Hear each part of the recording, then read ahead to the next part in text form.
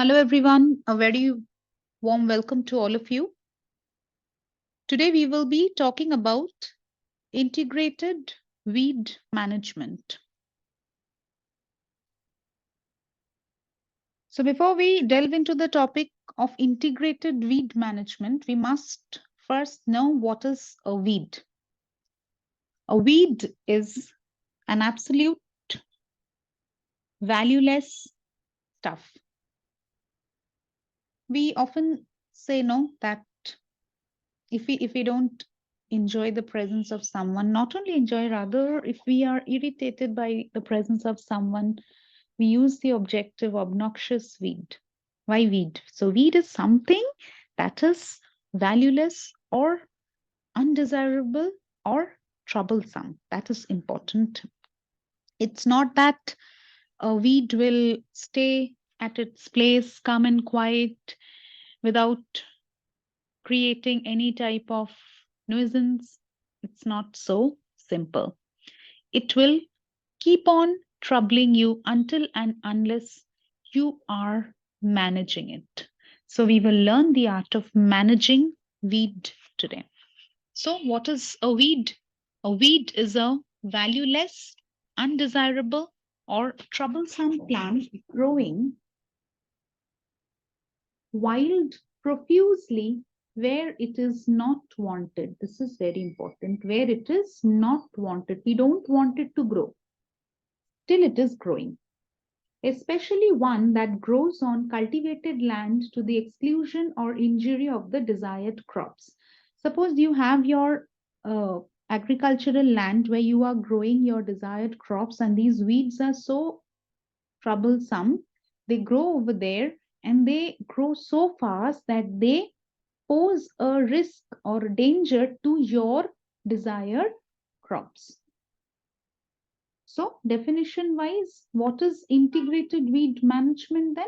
Combination of multiple management methods. This is the definition of integrated weed management. What is integrated weed management? Combination of multiple management methods to reduce weed population to an acceptable level while preserving the quality of existing habitat. Very important. The quality of the existing habitat is very important. That should be preserved. See, while doing this, while getting rid of the weed, unknowingly, if you destroy the existing habitat, then what is the point of it? So the existing habitat, water, and other natural resources should remain protected. Okay. It involves two critical elements. What are they? Using multiple control tactics, that is cultural, mechanical, biological, and chemical control methods, and integrating a knowledge of weed biology and ecology to the management system. So the two critical element here is what? The usage of multiple control tactics or control technologies or control methods, you can say. One is cultural, the other is mechanical, biological, and chemical control methods. The other critical element is what? You should know how to integrate the knowledge of weed biology and ecology, which will pay us in the long run when we are actually trying to manage it. The management system should have integrated knowledge of weed biology as well as ecology. So, a combination of techniques of prevention, control, and eradication to manage weeds in a cropping system or environment is the need of the hour now. So, IWM stands for Integrated Weed Management. If you take a close look at this, you will see these factors that are associated with integrated weed management. What is the? Let's start with this one. Crop management factor. Enhancing crop competitiveness, integration of preventive and curative methods. Coming to herbicide resistance management, new herbicides with different MOA, herbicide rotations, sequence and mixtures, appropriate herbicide application protocols, enhancing herbicide use efficiency. See, when you are using a particular chemical for managing the weeds and all, herbs, chemicals that will kill the unwanted, obnoxious weeds, you should also be careful that those chemicals should not cause harm to the existing ecosystem or the other plants. So you should be very careful about the herbicide, how are they being rotated, what is the sequence and mixtures, everything. Next is capacity building. Next point is capacity building. What's that? Knowledge-based, ecological, region-centric herbicide knowledge. This is very important and is closely related to the previous one. Coming to novel technologies. Bioherbicides, nanotechnology, RNA interference, all these are new technologies that should be well studied and skillfully implemented in this whole process. Weed seed bank dynamics, genetic engineering, these are all new ideas and which are very, very useful. They have proven their potentials. So we should now know how to implement them. Next is mechanization and automation. Automatic weed control devices, robotics and drone, decision support system, hyperspectral imaging, precise and timeliness operations. Again, these are also advanced techniques which will help us to get rid of this problem, but we should know how to use it skillfully. That is important. And this crop improvement. Developing herbicide tolerant crops, screening HR weeds, plant genome editing, these are all scientific or rather biotechnological methods that will help us in developing plants that are resistant to these herbicides, which will not get affected when we are using herbicides to get rid of the weeds. Now coming to the first element, if you remember, here we had talked about the elements, these cultural,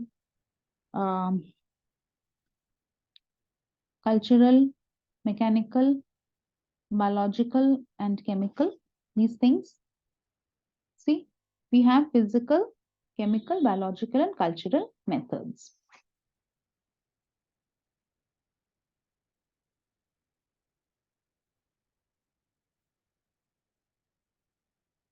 Coming to biological method, starting with this. In very simple word, we can say that we use living organisms to kill the weeds. We take help of biological agents, or we employ biological agents that are supposed to be enemies of these weeds. So what's happening here? It employs plant enemies in their habitats. Thus, sheep, tansy flea beetles, and cinnabar moths destroy tansy ragwort. Grazing is another example of management technique. This tactic uses living organisms to target weeds, including bacteria, fungi, or insects that have a preference for certain weed species. See, not all insects or all microorganisms will attack all possible weeds on earth. They have their own specificity. Now we should know, say for an example, which beetle loves which weed. If we see that this particular beetle is loving this particular weed, then we can employ those plant enemies in that area which will eat up the weed or which will kill the weeds. So this is how we can employ living organisms to manage this weed problem. This tactic is the least used of all tactics, but is the subject of much research. Cover crops can be considered a biological control tactic. If a crop covers the other crop, then there will be no sunlight, there will be shortage of resources. So this can be another method. See, biological control includes placing pathogen organisms like bacteria, fungi that attack certain species. They are diverse and damage separate parts, leaves, stems, seeds, roots.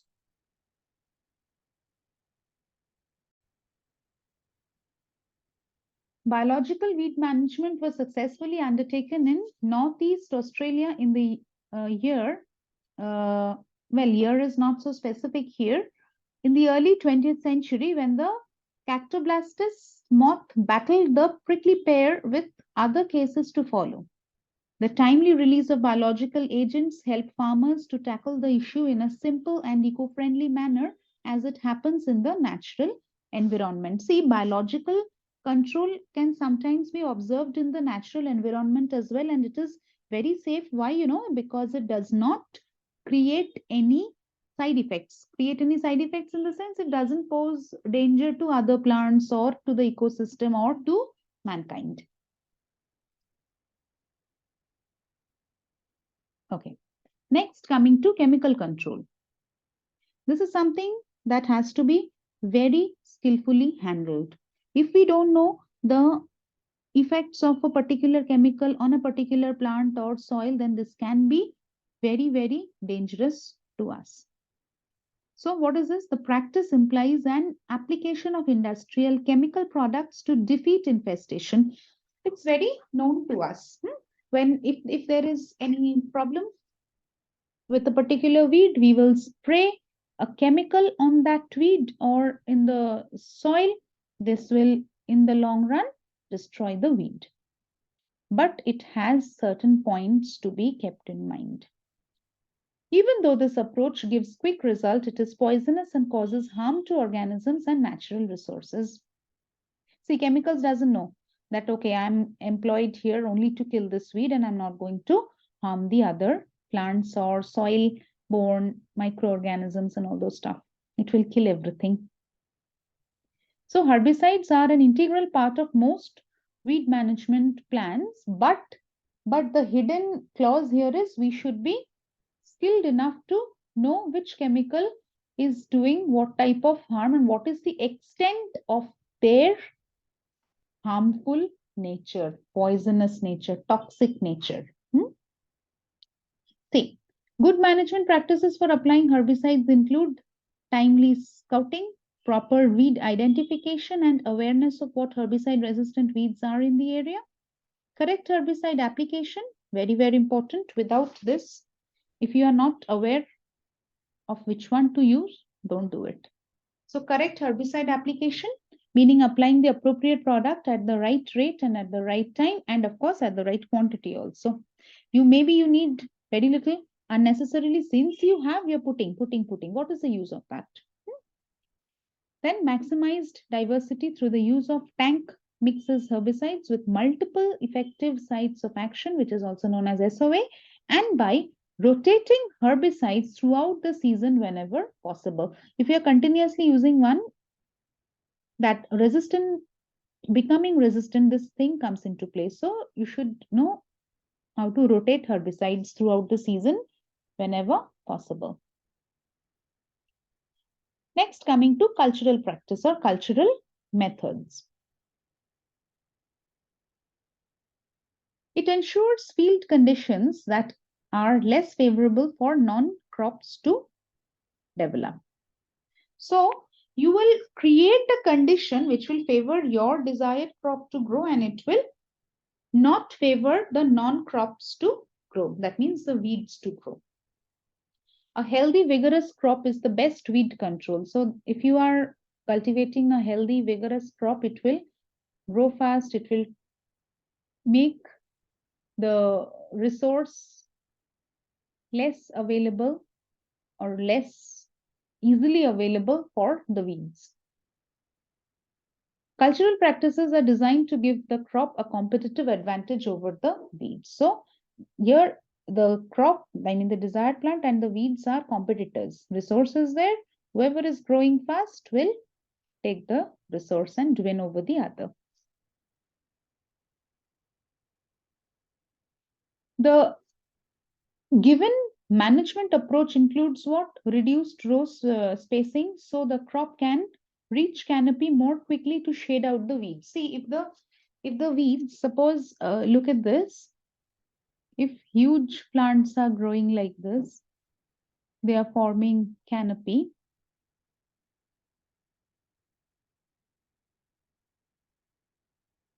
like this, and some like this also.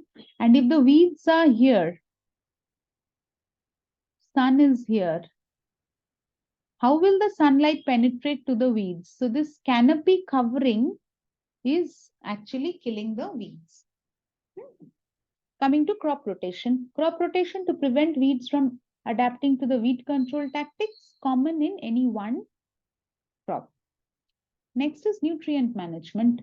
Nutrient management to allow optimum crop uptake while denying weeds access to nutrients. So if your desired crop is absorbing more and more nutrients, it will deny the weeds of nutrient access to the nutrients. The weeds will not get nutrients and therefore they will die out. Cover crops to compete with weeds for space, sunlight, nutrients, and water. Altered planting dates to give the crop a head start or allow for a flush of weed germination that can be controlled before planting. See, these are certain cultural practices. Shallow seeding, thus crops can grow faster than other herbs. Crop variety selection, planting high adaptive and competitive species to ensure crops have the utmost competitive advantage against weeds. Then coming to physical methods. It focuses on physical practices that disrupt germination and destroy plant tissue. Right. So what does this do? This management technique suggests destroying unwanted plants with farming equipment or manually. So manual labor is an important point here. What happens here? This aspect of management utilizes plowing, tilling, mowing. What is mowing? The cutting of weeds to the ground level. Manual pulling, you remove it by hand. See, these people are doing it manually. See, they're doing it manually here. They're removing the weeds by hand. Like often you do know, if you have a small, say, kitchen garden or a balcony garden, if you see, or terrace garden also, if you see weeds are growing, don't you just pluck them off and throw it away? That's called manual pulling. Burning, mulching. Mulching is what? Covering the topsoil with plant materials such as leaves, grass, twigs, crop residues, straw, etc. Covering space between rows. This is an important point. So covering space between rows, for example, with straw, if you are having rows of crops like this, suppose your crops are in rows like this. Like this, these are the rows of your crops. Okay. In between, if you have space like this, you can cover it up with straw so that there is no free space. You can put straw here so that there is no free space left for other invaders or weeds to grow. Next is robotic weeding machines. Instead of doing it manually, you can employ robots or robotic machines that will do it. Soil solarization, weed seed destruction. You can destroy the seeds of the weeds. Hay making before weeds burst with seeds, robotic weeding machines, which were just now just a repetition. Harvest weed seed control, which reduces the input of weed seeds into the soil seed bank by destroying or removing seeds retained on the weeds at the time of harvest. So you should be very careful while removing the weed seeds. Those seeds, if they remain, then what is the use? So those seeds should be removed. At all cost, those seeds should not remain in the field. At the time of harvest, you should be very careful about this. Okay. Finally, we will talk a little about the advantages of integrated weed management. In short, we should know why are we doing so much? What are the advantages? So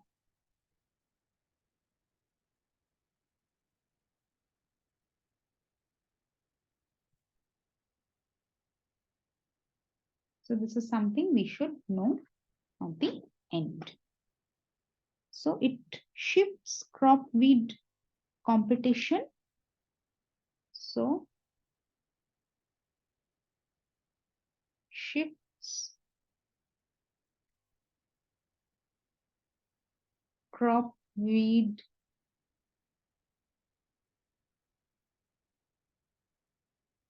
competition in favor of crops.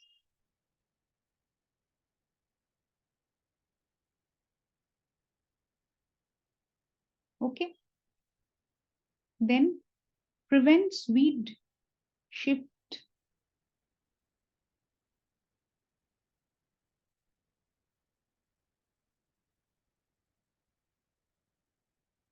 towards perennial nature.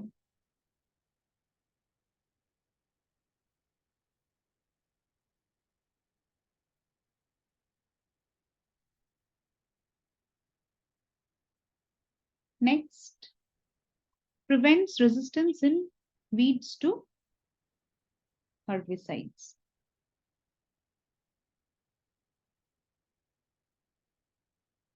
Resistance in weeds to herbicides. No danger of herbicide residue in soil or plant. No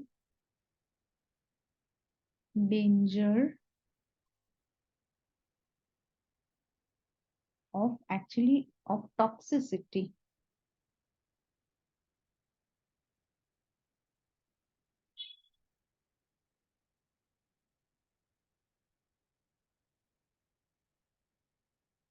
Residue in soil or plant.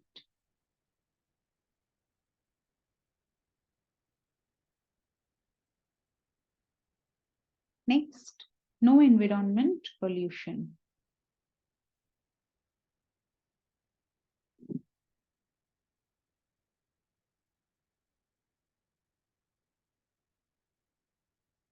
Or habitat destruction.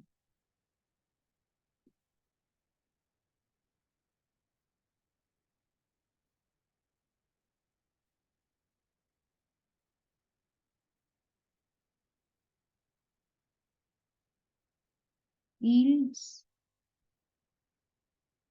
higher net return and suitable for high cropping intensity.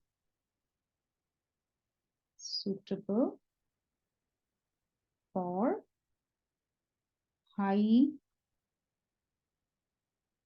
cropping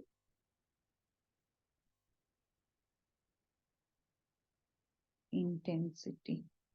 So these are some of the very important advantages of integrated weed management. Okay. So thank you so much for attending this lecture. If you find it useful, please do like, share, and subscribe to my channel and share this content with other people who are in need of it. Till then, thank you so much and stay connected.